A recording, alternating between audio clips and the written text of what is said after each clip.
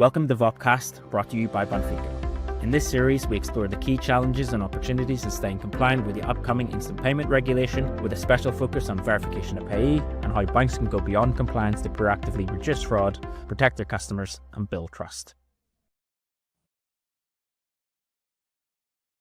Hi, my name is Prabhu. I'm the subject matter expert of verification of payee here at Banfico. We are here to talk about one of the most talked about topic, which is bulk VOP checks. Here I have Stanislav and Stefan with me. Over to them for their self-introduction. Well, Prabhu, thank you very much. Thank you for having me as well. I'm Stanislav Dershner. I'm a requirements manager for payment, responsible for payment at DATEV. For those who don't know what DATEV is a cooperative, a German cooperative IT service provider that offers software for tax advisors and their SME clients. And so since both have to settle invoices and also receive payments, payment is also a issue with that. So which leads us to verification of PE. Perfect. And my name is Stefan Weiss. I'm Director for Digital Banking and Identity here at Adorsys. Adorsys is a Germany-based consultancy and implementation company working with banks for almost 20 years now, building new technology, building new processes, products, integrating solutions like the verification of pay solution from Banfico with banks and also corporates. Verification of pay is, of course, a very hot topic at the moment, something that all of our banking and some of our corporate customers actually have to implement. So both of you for being here with us. Let's quickly start with what the regulation states. The obligation to offer the VOP services for bulk payments lies on the PSPs. The PSPs must offer an option to opt out of the bulk VOP checks, and the corporate customer may opt in and opt out of the bulk VOP at any point in time. So simple regulatory requirement. And we all know that the EPC VOP has become the de facto scheme or for VOP across the European Union. And if you look at the EPC scheme, it covers only the inter-PSP communication, and it doesn't cover much about the corporate or the PSU to the PSP communication, which is where companies, banks and companies have been struggling a little bit. Stanislav, could you please share us like what you have been seeing with the EBIX and what's happening in Germany with respect to corporate and the PSP communication? Yes, EBIX, well, the interface to the customer, to the payer is certainly a challenge. In Germany, with respect to EBIX, we are in a quite comfortable position of having a standard set by the German banking industry, which works basically that a payment which originally was signed beforehand and then transmitted to the bank is now transmitted to the bank without the authorization, without the electronic signature. Then the verification of PE check is performed and the results can be pulled by the customer, displayed to the customer. And then, well, the payee can decide whether to authorize the payment or to cancel the payment. So from this standpoint, it's certainly a change in the process, in the payment process, which leads to, well, additional challenges, but the process itself is really quite neat. The EBIX solution is a pretty German one, which comes very handy for the corporates and the banks in the German or German-speaking area. I think also a couple of Austrian banks support it. But beyond Germany, there is need for standardized APIs or interfaces that the banks offer. And just like they already did it for the PSD2 space and even the EPC based their inter-PSP APIs on their standards, there is the Berlin Group. And the Berlin Group offers API standards that support batch processing. And this is an invitation to all banks to support this as well, and also an invitation to the corporates to request something like that from their banks because the Berlin Group API supports, for example, synchronous and asynchronous requests, and it also supports some kind of a pre-validation, sending all the list of payment requests to the bank and getting feedback on that, as well as immediate execution. Thanks, Stefan and Stanislav. Yeah, we have been having an active RVM working group, and we do hear from them their preference towards the Berlin Group standards when it comes to the corporate to PSP communication. Stanislav, when it comes to corporates, what are the major challenges the corporates are facing when it comes to the bulk checks?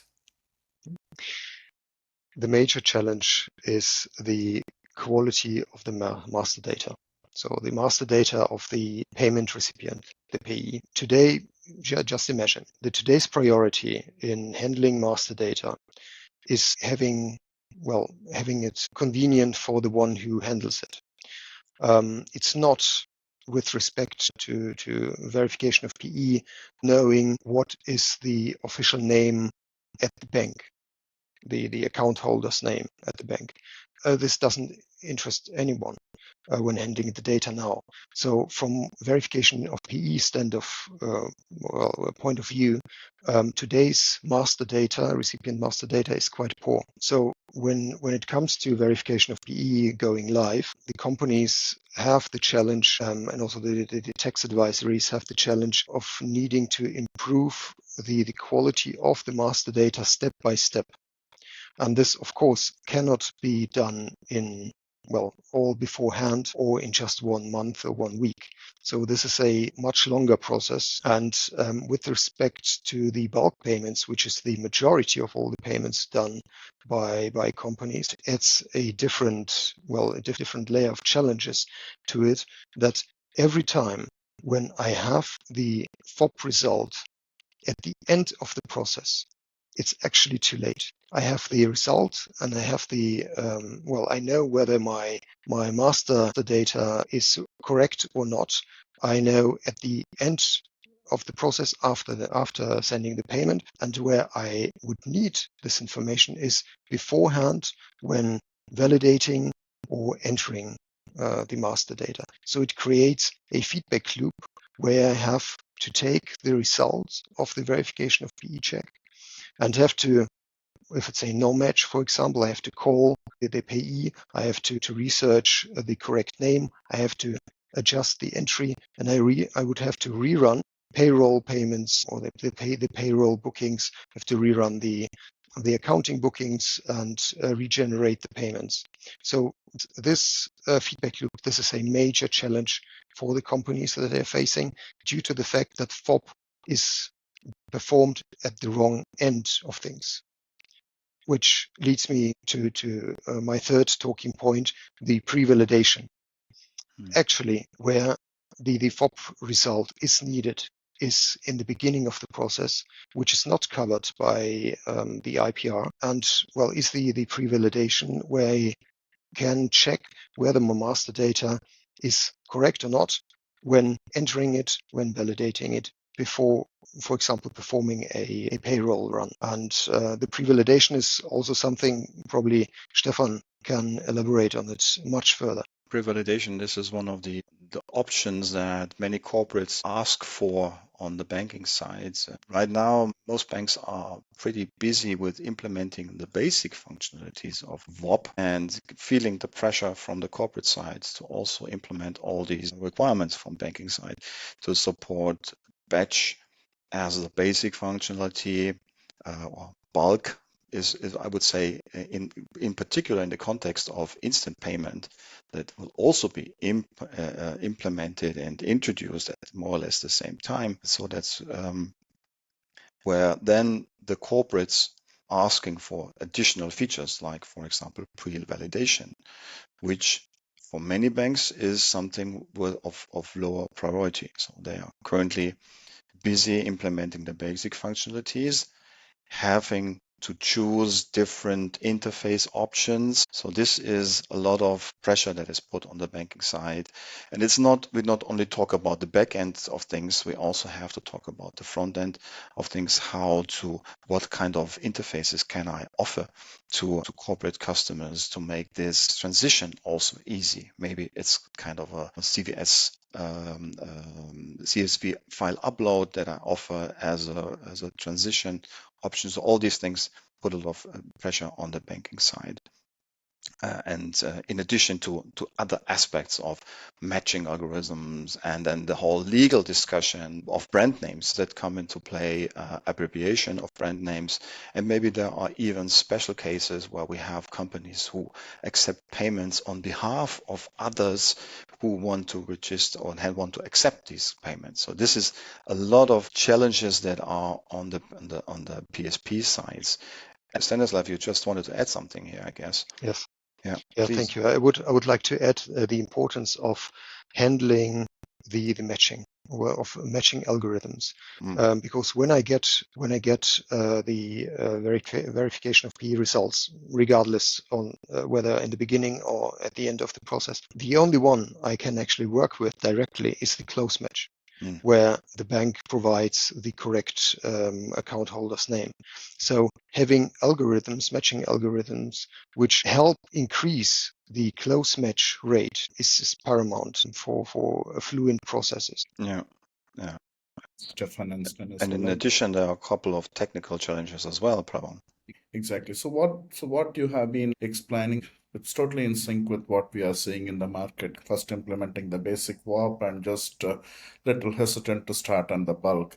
One of the key reasons for that could be the technical challenges, because a bulk VOP has to be an asynchronous API. This has to be a totally different API to which they may have to integrate. They have to do the debulking and packaging of it. We're doing it for the first time. Nobody knows what is the ETA, how the responder is going to respond, how much time the responder is going to take to respond, whether the responding PSP can handle the load. For example, on a particular day, the peak day of a month, for example, the fourth last working day of the month, which is when all the payroll is processed in Germany. Like, we don't know whether the PSPs, responding PSPs, can handle it. For example, if something breaks, what can what is the customer experience? How long is the customer going to wait? And can they discard or cancel the bulk object and then opt out on the fly? And to summarize, basically some of the best practices that we may want to suggest to the PSPs is that they should consider bilateral TPS, transaction per second agreement. For example, there are two large banks in Germany. They can have like a bilateral agreement on how much TPS they can allow within themselves. And probably, as Stanislav told, on the data cleansing part, one is the data cleansing on the corporate side. Other one, banks also need to do a lot of data cleansing if the name matching is going to produce like decent results. And most importantly, they may also consider having a second RVM for bulk processing. There is like a DORA connect to that as well. DORA requires high availability Resilience, and yes. but on top of that, exactly on top of that, basically some of the RVMs may not have like a bulk processing capability, or they may not have like a good bulk processing capability. So banks can even consider a dedicated RVM for the bulk processing. Yeah, that's what we wanted to cover today. Anything else to add from your side, Stanislav and Stefan? Well, I would like to add for every kind of company user, start prepared. Think about who makes the decision whether a bulk payment is sent via opt-in or opt-out. What is the criteria whether or not a no match or close match is cancelled or approved? Yeah, and from my side, not much to add. Just make use of best practice. Actually, join industry bodies or exchange knowledge, and don't be afraid to ask for best practice that is already experienced by others. Thank you, Stefan. Totally agree with you. I think that takes us to the end of this VOPcast today, and thanks both of you for your time and sharing your valuable insights into the bulk VOP check. Thanks, both of you. Thank you so much. Thank you for having us. Yeah.